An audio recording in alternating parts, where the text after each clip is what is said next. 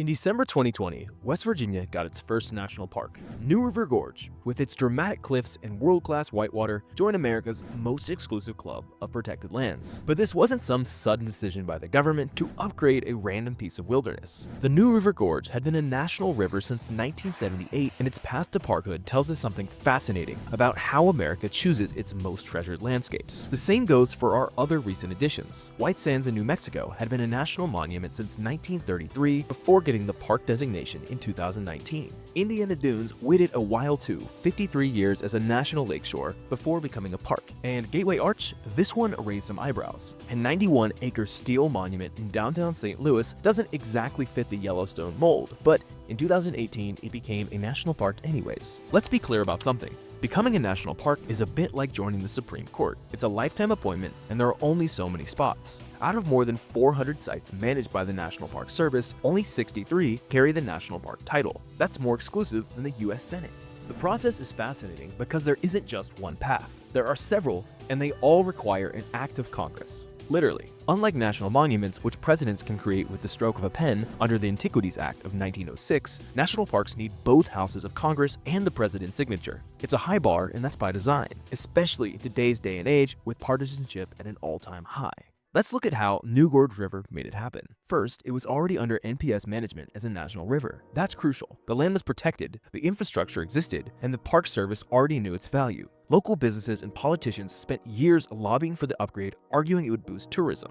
They had a point. Slap national park on something, and visitation typically jumps up 21% in the first year. But here's where it gets industry. The original proposal wasn't just for a park. It was for a unique hybrid. The final designation created a 7,021-acre national park core with a 65,000-acre national preserve surrounding it. Why? Because locals wanted to keep hunting in the area, which isn't allowed under national parks, but is permitted under reserves. It was a compromise that made the designation possible. The story of our park system itself is full of these kinds of negotiations. When Yellowstone became our first national park in 1872, the whole concept was radical. Setting aside land not for resources or settlement, but for preservation, the Victorians thought we were crazy. The initial law was so vague that the US Army had to manage the park for its first few decades. It wasn't until 1916 that the National Park Service itself was created.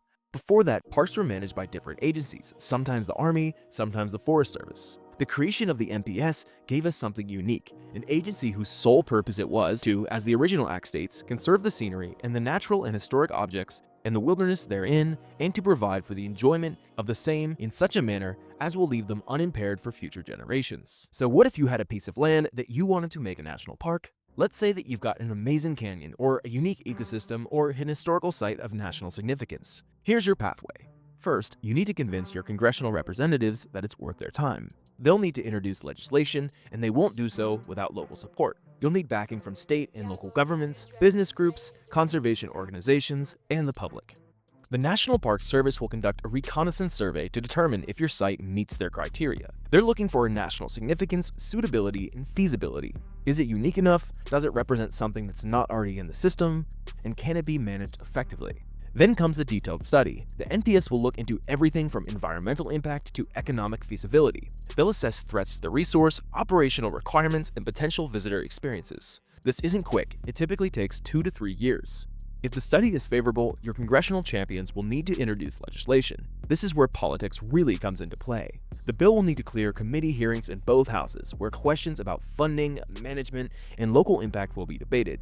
Even with strong support, it can take years, especially with congressional efficiency at an all-time low. Most proposals die somewhere in this process. Look at Maine's Katahdin Woods and Waters. It had private land donation, local support, and congressional interest. But it ended up as a national monument instead of a park because the monument designation to be done by presidential proclamation bypassing Congress. The process has evolved over time. Early parks like Yellowstone and Yosemite were created from public lands. Later additions often came from private donations, like the Rockefellers giving land for Grand Teton, or state parks being elevated like Shenandoah. Today, most parks are actually redesignations of existing federal lands, like New River Gorge. There's also been an evolution in what we consider park-worthy. The early focus was on spectacular western landscapes, but look at our recent additions. Gateway Arch celebrates human engineering, Indiana Dunes preserves a rare ecosystem, New River Gorge combines natural and industrial heritage. We're expanding our definition of what deserves the highest level of protection. the future of park creation is likely to be even more complex. Climate change is forcing us to think about protecting corridors for wildlife movement,